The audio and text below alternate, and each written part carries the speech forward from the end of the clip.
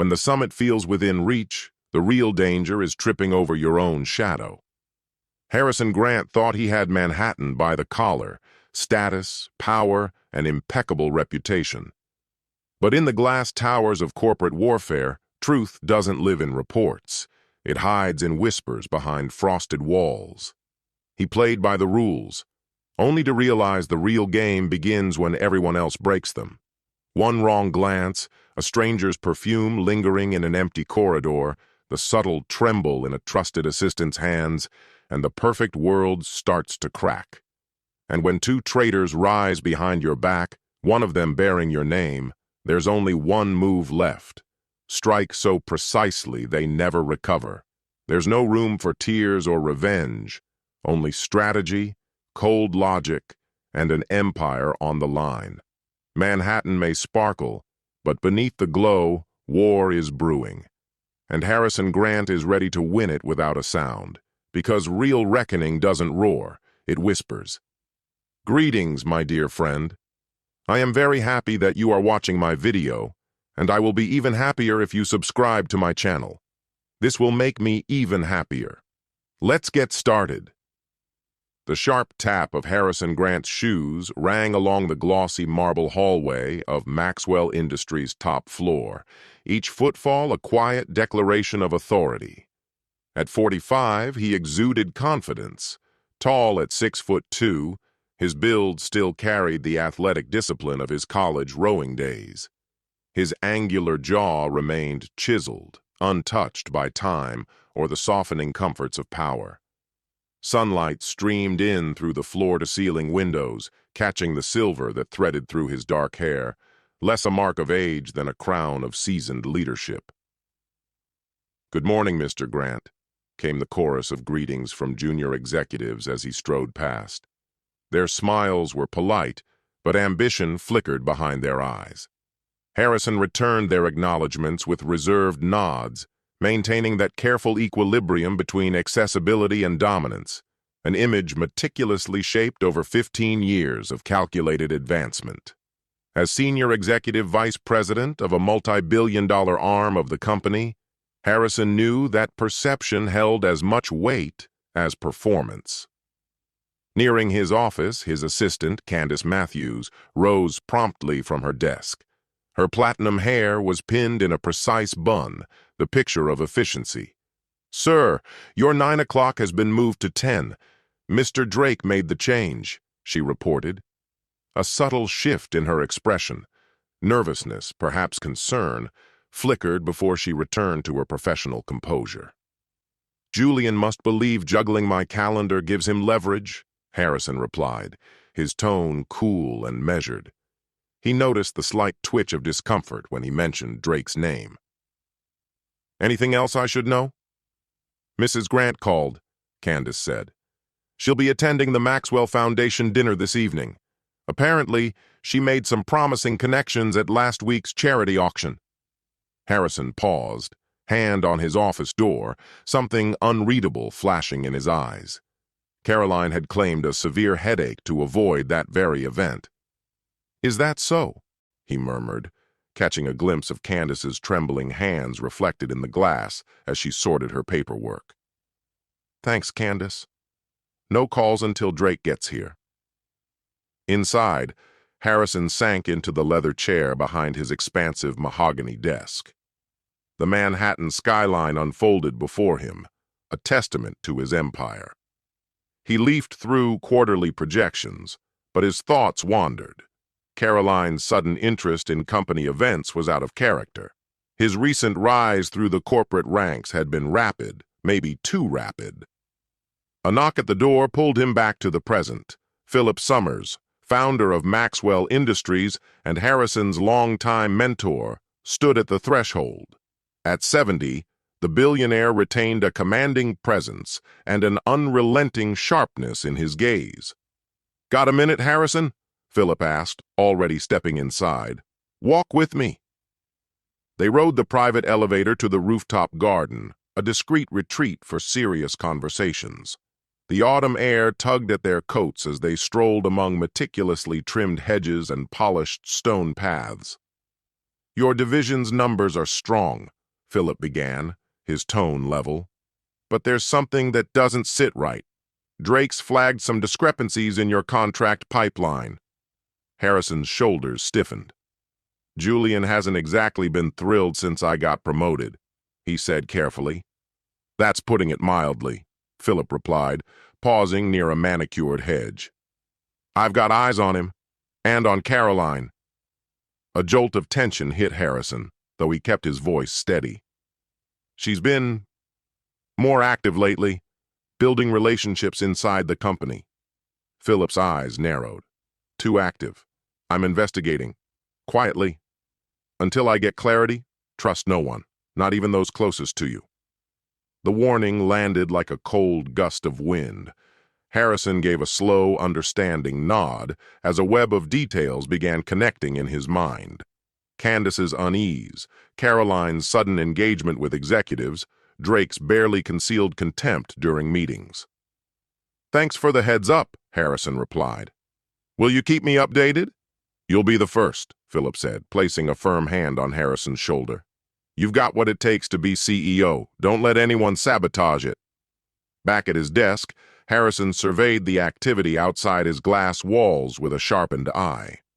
Julian Drake walked past, his signature swagger in full display. He was the type of man who clung to the last remnants of collegiate charm. Broad-shouldered, always immaculately dressed, still coasting on the magnetism of his younger self. Mr. Grant?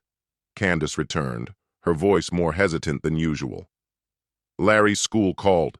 He won the debate championship. A rare smile touched Harrison's lips. Outstanding, he said softly. At 14, Larry was already outpacing his peers, while Aria, his daughter, continued to maintain a perfect academic record, as Caroline had proudly noted that morning. Candace lingered, visibly uneasy. Sir, about the meeting with the Asian investors tonight. Yes? Harrison prompted, eyebrow raised. The conference room is under renovation. Would you like to reschedule? He studied her closely.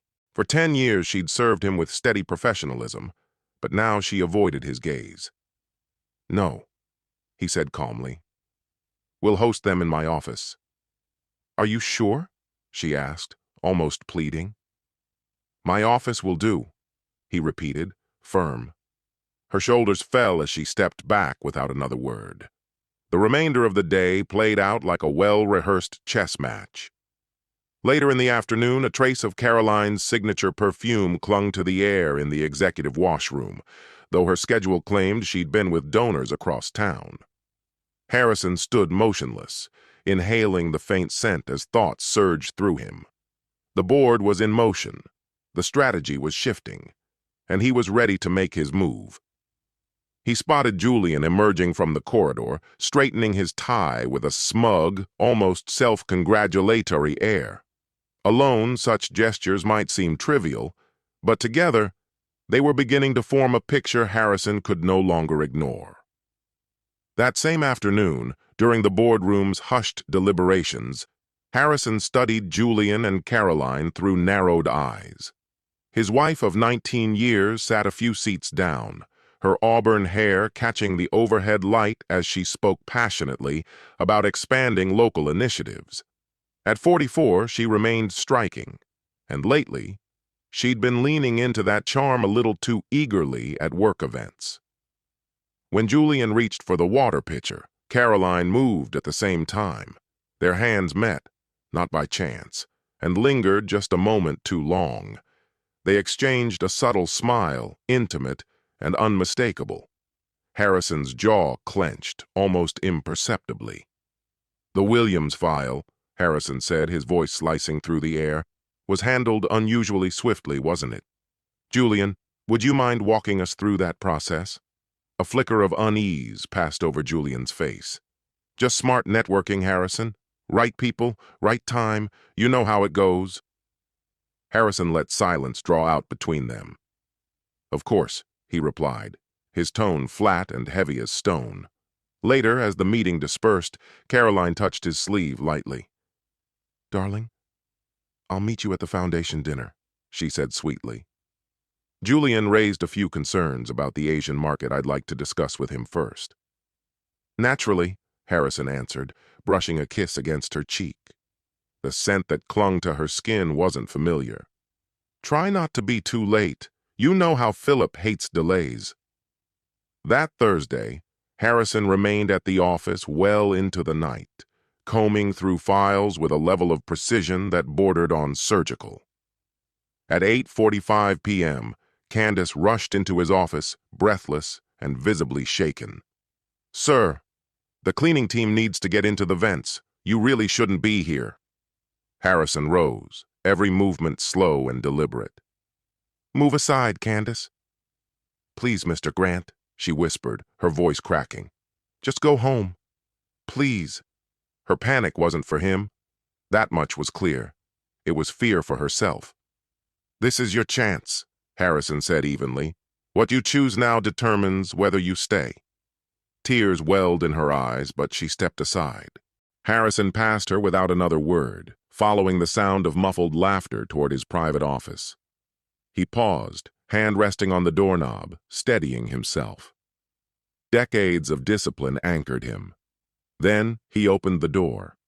The scene struck like a hammer blow, confirmation in its most brutal form.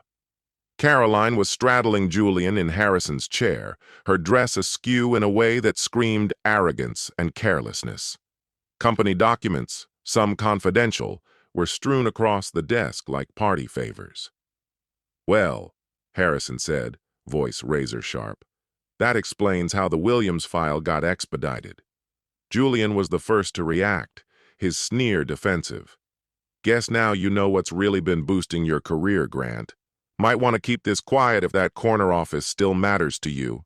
"And who do you think they'll believe?" Caroline added, her laugh sharp and bitter. "The kids' tuition? My extra hours made that happen. You never had the guts. Julian is worth two of you." Harrison's smile was slow, icy, unshakable. The smugness drained from their faces as he leaned past them and pressed a button embedded in the desk. "Too late," he said softly. "The boardroom feed has been live this whole time." Julian turned ashen. Caroline sprang up, stumbling in her haste. "Harrison, wait. We can explain. Don't bother," he cut her off. "Tell it to your lawyers." He adjusted his tie, the calm center in a gathering storm. "Your access has already been revoked. Security should be here any moment." As if summoned, two guards appeared at the door, towering, broad-shouldered men sent by Philip himself. "Mr. Drake, Mrs. Grant," one of them said firmly, "you'll need to come with us." Julian stood, attempting to recover some scrap of dignity.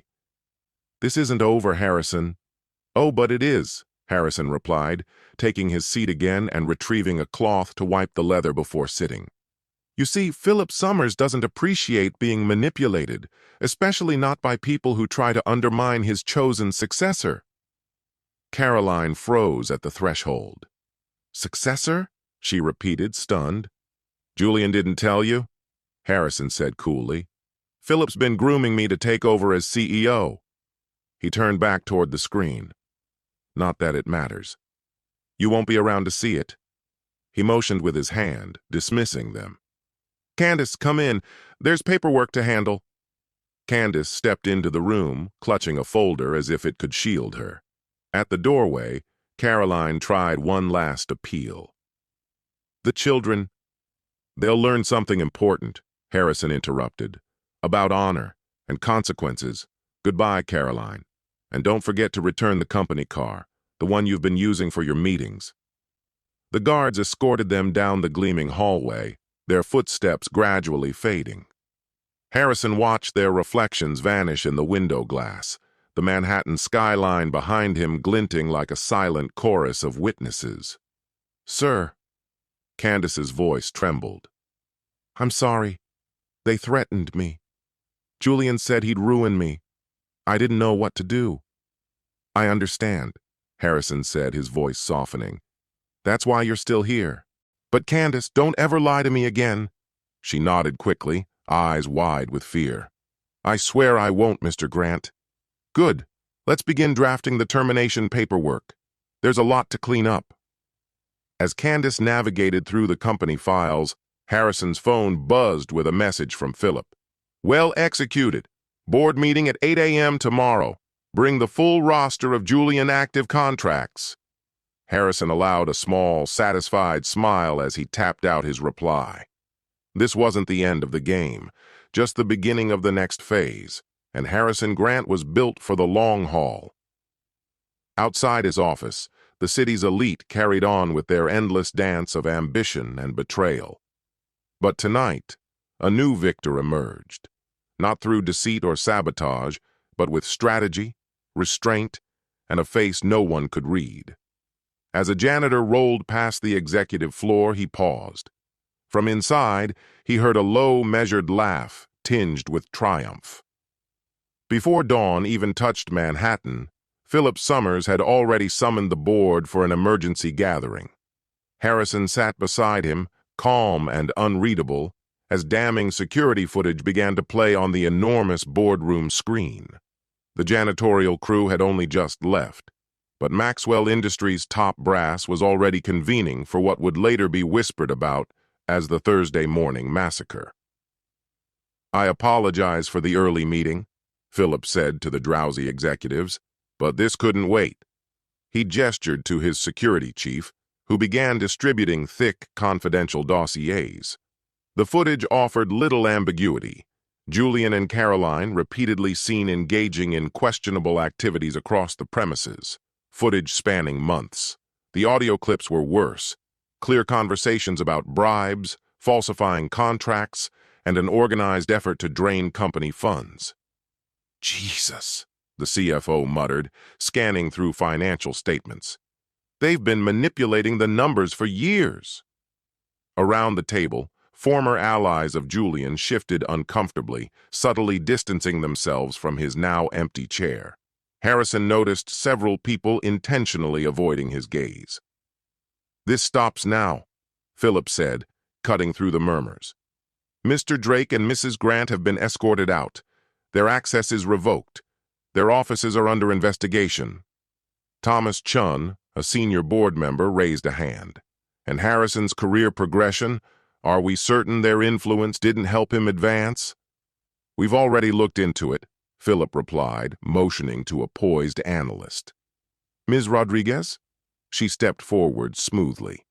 Mr. Grant's performance metrics have consistently surpassed expectations. All records indicate his promotions were merit-based.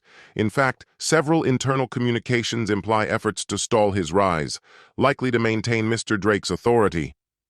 Harrison remained still, his face composed. But inside, vindication burned like fire. Years of quiet discipline, relentless focus, and calculated patience had brought him to this moment. If anything, Julian and Caroline had made it harder, not easier. Given all of this, Philip said, and in light of the current leadership vacuum, I'm appointing Harrison Grant as CEO of Maxwell Industries, effective immediately. The room reacted, some with applause, others with polite nods or tight-lipped smiles. Harrison acknowledged them all evenly, mentally cataloging potential rivals for the future. When the meeting ended, Philip motioned for Harrison to remain. There's something else, he said. It's personal. In Philip's private office, they watched additional footage. Caroline lay across Julian's lap, laughing quietly. Her tone was honeyed, mocking. Poor Harrison, she whispered, stroking Julian's hair. So obsessed with spreadsheets and data. He really believes he earned those titles? Julian kissed her shoulder. Let him. Until we take everything, even the kids' trust funds. It's all part of the plan, babe. He won't see it coming. They'll never forgive him, Caroline said, grinning with satisfaction. Harrison's fingers tightened around the chair, but his voice remained cool. How long have you had this? 6 months, Philip answered. I started digging when Julian's division numbers didn't add up. Caroline's involvement surprised me. I'm not angry, Harrison said quietly. You've given me exactly what I needed. Elsewhere in Manhattan, Caroline strolled into her favorite luxury salon, already rehearsing her version of events. She'd barely taken her seat when her phone lit up with notifications, one after another. Her country club membership revoked. Credit cards frozen. Her social media flooded with stills from incriminating footage alongside transcripts. "Mrs. Grant?" The salon manager approached gently. "I'm afraid we can't process your usual house charge today." Caroline's cheeks flushed as she felt eyes beginning to settle on her. "I'll just use my personal card," she said, pulling it from her purse. "I'm sorry," the manager said softly. "It's been declined." She stormed out of the salon, her polished facade unraveling with every stride. Her phone buzzed. Julian's name flashed on the screen. "Darling, breathe," he said quickly. "Breathe. The systems are locking up. What the hell is happening?" "It's a glitch, that's all. My lawyers are handling it. Can you meet me at Drake's?" Before she could answer, another voice interrupted, composed and authoritative. "This is Detective Morrison, NYPD Financial Crimes. Please stay on the line while we execute a court-ordered search." The call cut out. Caroline froze on the pavement as her world crumbled, second by second. Her phone lit up again, a text from Harrison. The kids saw it all. "Your video calls with Julian were revealing. Don't come back." Across town, inside the polished walls of their elite prep school, Aria and Larry sat stiffly in front of a laptop in the headmaster's office, watching their mother's double life unfold. Dr. Robinson gave them a long, solemn look. She seemed more resigned than shocked. "Your father has made arrangements for your schooling," she said softly. "The board commends how he's handled the matter." Larry, composed and analytical like his dad, asked plainly, "Are our trusts intact?" "They are," she replied. "Your father's assets are clean. Your mother had no legal access." Aria wiped her cheeks, voice level, gaze cold. "Good. I want nothing tied to her."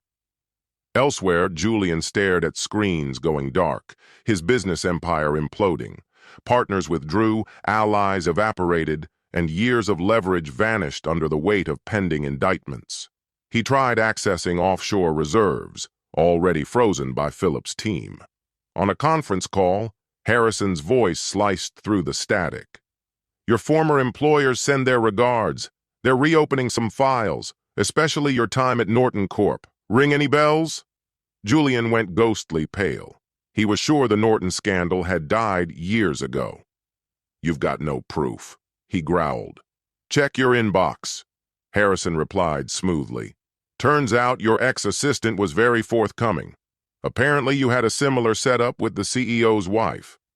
In the background, he could hear Caroline shouting, finally grasping the extent of Julian's other partnerships. Her fury only deepened the satisfied smirk on Harrison's face.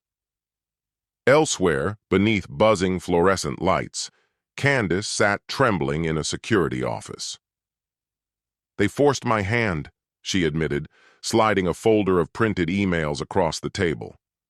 "Julian threatened to expose my brother's addiction if I didn't cooperate, said he'd ruin any chance of treatment."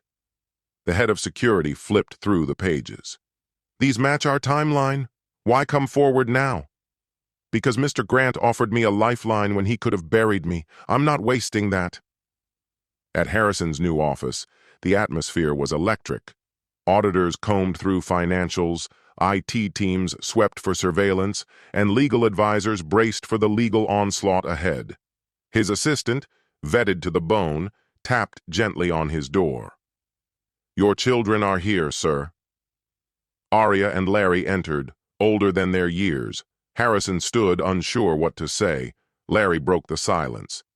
"Dad, we saw everything, every file. I wish you hadn't." "Don't," Aria cut in. "We needed to know. About her. About us." He studied them both. Aria's quiet strength, Larry's sharp gaze. "What do you need from me?" "Just you," Larry said. "No more pretending." Aria nodded. "And maybe some self-defense classes. The other students are getting weird." Harrison laughed, a rare, genuine sound that cracked through his usual composure. Done. Anything else? Pizza? They asked together. Pizza it is. Once they left, Harrison turned back to the final piece of evidence Philip had handed over. Surveillance footage of Caroline directing Julian to manipulate corporate bids. He handed it to legal. Send everything to the SEC, every file, no exceptions. As night fell over Manhattan, Harrison stood in front of the floor-to-ceiling window of his new corner office, 10 stories higher than his last. Below, the chaos simmered. Press, protesters, investors. He spotted Caroline in the crowd, trying to slip past security. His phone buzzed, a desperate message from Julian, full of excuses and pleas. Harrison didn't even open it. He deleted it and turned away. This office, this view, it was his now. Earned, not stolen. Not bad for a man they once wrote off. Mr. Grant? His assistant's voice came through the intercom. The FBI's here for their appointment. Harrison adjusted his tie with methodical precision, a flicker of victorious intent gleaming in his eyes. Send them in, he instructed coolly, a sly smile tugging at his lips. Oh, and Sarah, order dinner. This night wasn't ending anytime soon. Beyond the windows, Manhattan shimmered in hues of amber and rose, the sunset casting a triumphant glow across the skyline. In the reflection, Harrison saw not the downfall Caroline and Julian had smugly anticipated. They had mistaken his restraint for weakness, failing to grasp that his strength lay in cold strategy and relentless control, not charm, not manipulation. Their treachery hadn't broken him. It had simply clarified the nature of true power. Tomorrow would bring tough calls, restructuring, crisis management, salvaging trust. But tonight, Harrison Grant was going to revel in a moment of carefully engineered vengeance, the complete collapse of those arrogant enough to think they could beat him at his own game. Below, in the lobby, Caroline made one last frantic bid to reach him. I can explain, just hear me out. Security escorted her to the door as her phone buzzed with Harrison's reply. Save it for court. The media dubbed it the Maxwell meltdown, but Harrison preferred the phrase coined by his right-hand man, Phillips, corporate Darwinism. Survival wasn't reserved for the loudest or most ruthless. It belonged to those who stood by principle. Who would have imagined that integrity could become the ultimate weapon in a corporate war? As the city faded into night and fluorescent office lights flickered awake, Harrison reviewed his calendar. New board nominations, a session with the SEC, and dinner with his kids. A packed schedule, but the kind of challenge he thrived on. Empires, after all, weren't built on 9-to-5s and sick days. His phone buzzed one final time. Philip. Well done, son. Ready for tomorrow? Harrison. Always. They could spin it as scandal. He knew it for what it was. Justice. And justice, served cold from a glass tower overlooking the city, was utterly delicious. The voice of a CNBC anchor cut through the silence as Harrison flipped through a stack of forensic reports. His signature swept across the page, crisp and unwavering, a formal declaration of full cooperation with federal regulators. Turn that up, he said, eyes never leaving the document. The anchor's voice sharpened. Emerging evidence reveals Julian Drake's financial misconduct dates back nearly 2 decades, involving multiple firms.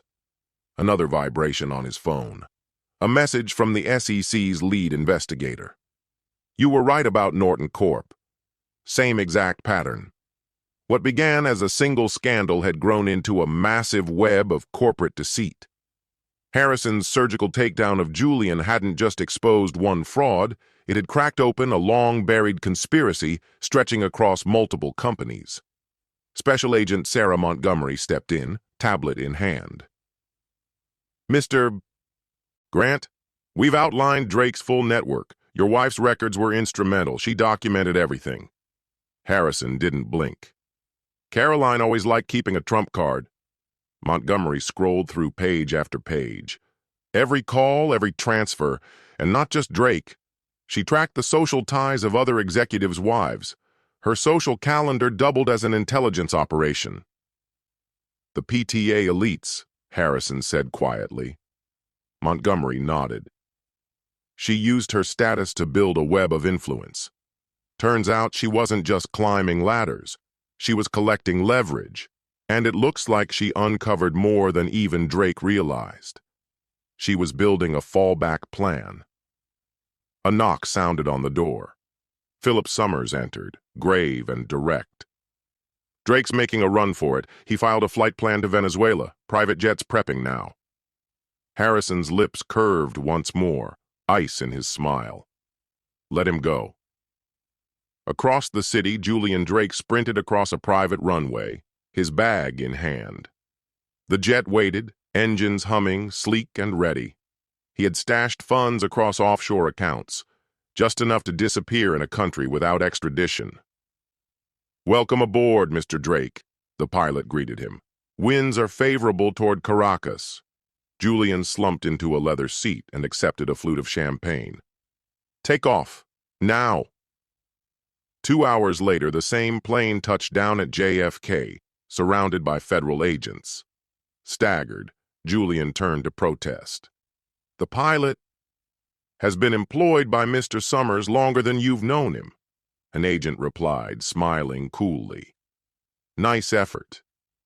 Caroline's downfall was equally dramatic. She attempted to leverage her archive of private recordings to negotiate immunity, but her plan crumbled. At a lavish charity gala, Miranda Chen, the board chair's wife, confronted her publicly. "You didn't think we'd compare notes?" Miranda asked, voice sharp. The crowd began to murmur as she pressed on. "We all got your little warnings, your subtle threats. But here's the thing, we chose honesty. We told the truth." Caroline looked around, searching for an ally among the glittering gowns and champagne flutes. The faces that once welcomed her were now cold and distant. "Our husbands came clean," Miranda said. "The board knows everything. The firms know everything. That power you thought you had?" She paused for effect. "It's gone." "You're all going down with me," Caroline snarled. "No, Caroline," came the answer, cool and certain. "Because we've taken responsibility. We've made things right." "You haven't," she shot back. "You're just turning the fallout into a payday." A few days later, Caroline found herself standing before the same iron gates that once welcomed her home. She jabbed the intercom repeatedly. "Harrison, we need to talk. It's about the kids." His voice came through, steady and distant. "If you have something to say, speak to my attorneys." Her tone cracked. "Please. They need their mother." "They needed one 16 years ago," he responded icily. "What they had was someone who ridiculed their father and schemed to empty their future." The call ended. The gate stayed shut. She stood in silence, hands trembling, watching through the bars as Aria and Larry exited the house and climbed into Harrison's car. Neither spared her a glance. That night, Harrison sat alone in his study, poring over something different. Aria's college essay. The title caught his eye. "Finding Truth After Betrayal." "Is it too much?" Aria asked from the doorway, uncertain. "Princeton's my dream, but maybe it's too personal." He began reading. Pride stirred as he absorbed her words, her pain reimagined into a powerful meditation on values and resilience. "It's perfect," he said, looking up with a smile. "It's fearless, just like you." Larry appeared, holding up a tablet. "Dad, I got the confirmation." TEDx accepted my talk. How to stay ethical in a broken family. Cool, huh?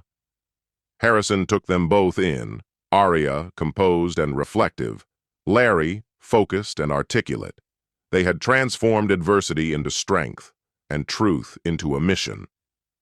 Months later, Harrison stood behind a podium, accepting the CEO of the Year award.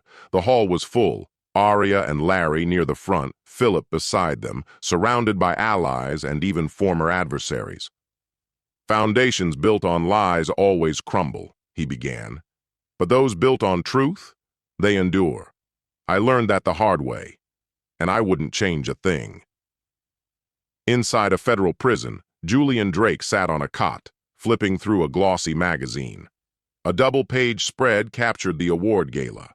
Headlines praised Harrison's leadership, while Arya's essay and Larry's talk trended across the internet. Julian's own story, of fraud, of scandal, had washed away without a trace. Shakily, he picked up a pen and began another letter asking for forgiveness. Like the others, it would go unanswered. Meanwhile, Caroline folded jeans in the dim back room of a budget clothing store, unseen by the same elite crowd that once toasted champagne at her table. Through the front windows, the towering Maxwell Industries building loomed in the distance. Somewhere in that gleaming structure, Harrison thrived, without her. Her manager appeared, clipboard in hand. "Stockroom's a disaster. You're on cleanup." She nodded silently and returned to folding. The divorce settlement hadn't even covered her legal bills. The prenup, crafted at her family's urging, had held fast. Elsewhere in the city, inside a humble but orderly law office, Candace signed the last page of her immunity deal. Her job no longer carried the prestige of her Maxwell days, but it came with something she hadn't felt in years: peace of mind. She tucked a handwritten note into an envelope, her annual thank you to Harrison. His offer of redemption had saved her, and she had repaid him in the most valuable way, by telling the truth. High above the Manhattan streets, in an office bathed in light and perched 10 floors higher than his old one, Harrison sat behind a sleek desk. Under his leadership, Maxwell Industries had more than doubled its worth and was now a beacon of ethical leadership. Philip had finalized his equity partnership. Harrison wasn't just part of the company's future, he was the future. Among polished plaques and family photos on his desk stood one peculiar frame, a still from an old surveillance video. Caroline's face, mid-sneer, frozen in a cruel taunt. "You're such a loser." Beneath it, a plaque from his CEO award, for those who choose integrity over convenience. That moment had become the company's guiding symbol. Every new employee saw it during orientation, not as a caution, but as a commitment. At Maxwell, integrity wasn't optional, it was foundational. On one wall hung Arya's Princeton acceptance. On another, a screenshot showing the view count of Larry's viral TEDx talk.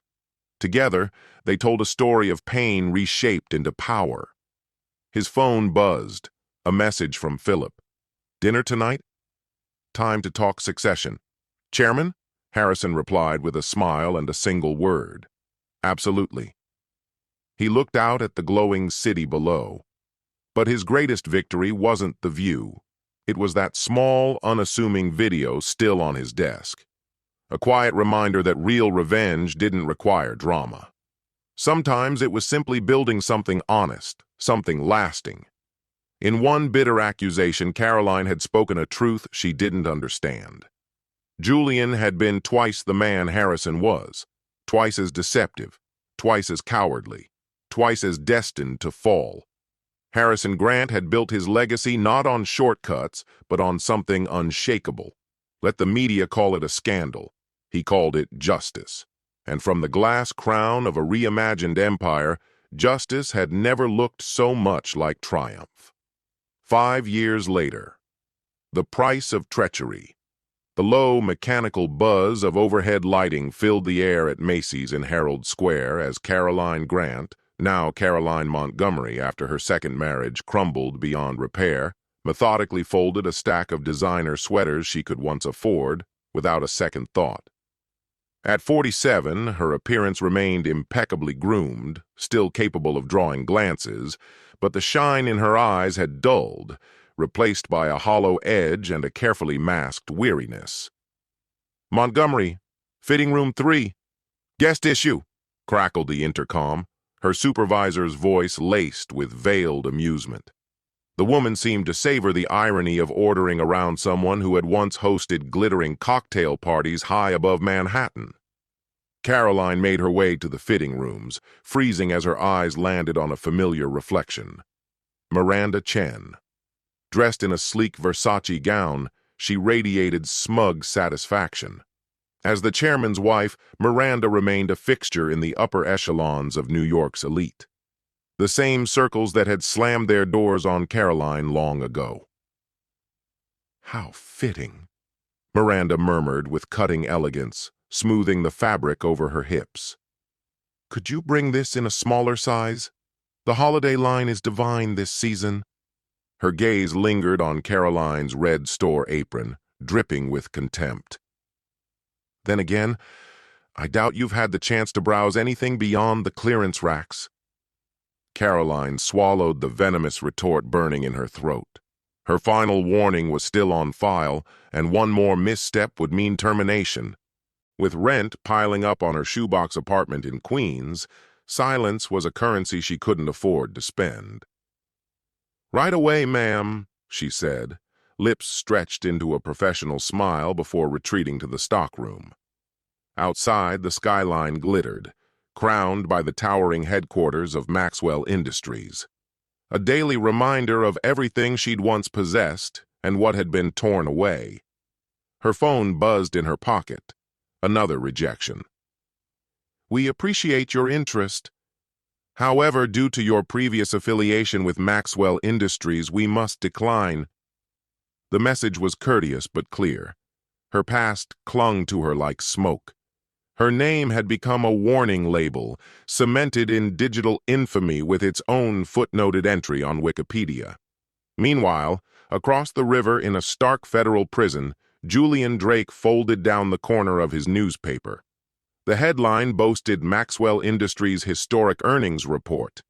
His vision wavered at the fine print, but the face in the photo was unmistakable. Harrison Grant, silver hair, confident grin, and an international business award clutched in hand. "Still dwelling on your old playground?" his cellmate teased, smirking. 12 years left. 10, if I behave," Julian replied automatically. The math was second nature by now. He was serving 15, though most in his position didn't make it the full stretch. Still, the SEC had come down hard. He'd become the poster child for white-collar crime. University lectures now used his schemes as cautionary tales. His most recent appeal had been denied 6 months prior. The case against him had been airtight. Caroline's obsessive bookkeeping, Candace's blistering testimony, and the forensic audit trail from Norton Corp. Even his closest confidants had betrayed him, one after the next, each hoping to escape the wreckage first. Now, all Julian had left was $127 in his commissary and a bitter aftertaste of ambition gone awry. His assets, real estate, vehicles, investments, gone. Even his designer suits had been auctioned off to repay victims. His uniform itched, a daily insult to the pride he used to wear like armor. A guard stopped at his cell. "Drake, mail again. Returned." He opened the envelope, unsurprised to find yet another untouched letter to Harrison Grant. A different address, same result. Rejected correspondence. The message was always the same, no contact outside legal channels. Back at Princeton, under stone archways and ivy-covered walls, Aria Grant's thesis on business ethics was making waves. At 21, she was already drawing attention from thought leaders and scholars alike. Her work, deeply personal, dissected the moral decay within powerful corporations and their path to reform. "Your exploration of Maxwell's internal culture shift is exceptional," her advisor said, flipping through her manuscript. "You've drawn a clear line between fear-based systems and ethical leadership." Aria smiled, turning her laptop to display recent interviews. "Executives say the change under my father wasn't just policy. It transformed everything." Her phone vibrated with a message from Larry, now in his first year at Harvard. "Guess who got invited for another TED Talk? They want both of us this time."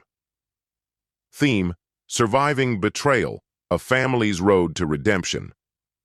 Larry's debut TEDx had gone viral, giving rise to a youth-led movement around ethics, resilience, and accountability. At 19, he had already published a best-selling guide for teenagers navigating public disgrace in their families. The royalties funded a non-profit that supported children affected by corporate crimes. Caroline's occasional attempts to reach her children on birthdays, holidays, anniversaries were always ignored. Her number remained blocked. Her last Christmas card had been marked "Return to Sender." A voicemail, trembling with sorrow, had been erased before it was ever heard. Elsewhere in Manhattan, Candace Matthews scanned quarterly reports from a corner office in a modest but reputable firm. She had cut a deal, traded testimony for immunity, and quietly rebuilt. The company she now served valued transparency, and her insight, earned in fire, had recently earned her the role of chief of staff. She folded a note into an envelope, a yearly letter of thanks to Harrison Grant. It was his compassion during her lowest moment that made her recovery possible. Her witness statement, coupled with the extortion ordeal she documented, had not only helped convict Julian Drake, but had also been the catalyst for Maxwell's sweeping whistleblower protections. Her brother, once used by Julian as leverage, was now clean and running a successful rehabilitation center. Grant had anonymously covered his treatment. That act of kindness still echoed in Candace's life. On the top floor of Maxwell Industries, now twice the height of the office Julian Drake once claimed, Harrison Grant studied architectural plans for a new expansion. At 50, he had become the embodiment of ethical leadership, successful, grounded, and widely respected. He hadn't just restored the company, he'd reimagined it, from the bones up. Not merely rebuilding a business, but redeeming its soul. Although officially retired, Philip Summers still kept a workspace just down the hall. What began as a professional mentorship between him and Harrison had evolved into a meaningful bond, rooted in their mutual mission to revive integrity within the business world. One morning, Harrison's assistant stepped in. "Harvard Business Review wants another article," she said. "They're calling Maxwell's transformation the new standard for ethical reform." Harrison responded with a quiet nod, his gaze drifting to a framed photo still hanging in his office. In it, Caroline's face twisted in a final sneer, caught forever in the moment of her last cruel remark. Beneath it, an inscription had come to symbolize Maxwell's guiding principle. "A house of lies falls in ruin. Only truth can survive betrayal." That instant had ignited a movement that reshaped the corporate landscape. Maxwell's Integrity Initiative, launched in the wake of the notorious video leak, had become an international benchmark. Major corporations licensed the framework, and business schools incorporated it into leadership curricula as a premier case study in crisis management and ethical renewal. Harrison's phone vibrated with a message from Aria. "Dad, Larry, and I want to help write a chapter in your book. Something about how real leadership begins at home." The scandal hadn't shattered his children. It had molded them. They had watched their father opt for morality over convenience, principle over retaliation. Their victories, Aria's top-tier academic honors, Larry's advocacy work, meant more to Harrison than any stock performance. A calendar alert reminded him of the board meeting set for tomorrow.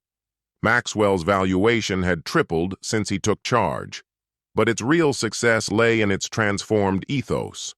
The authoritarian regime left by Julian had been dismantled, replaced with frameworks that valued openness and responsibility.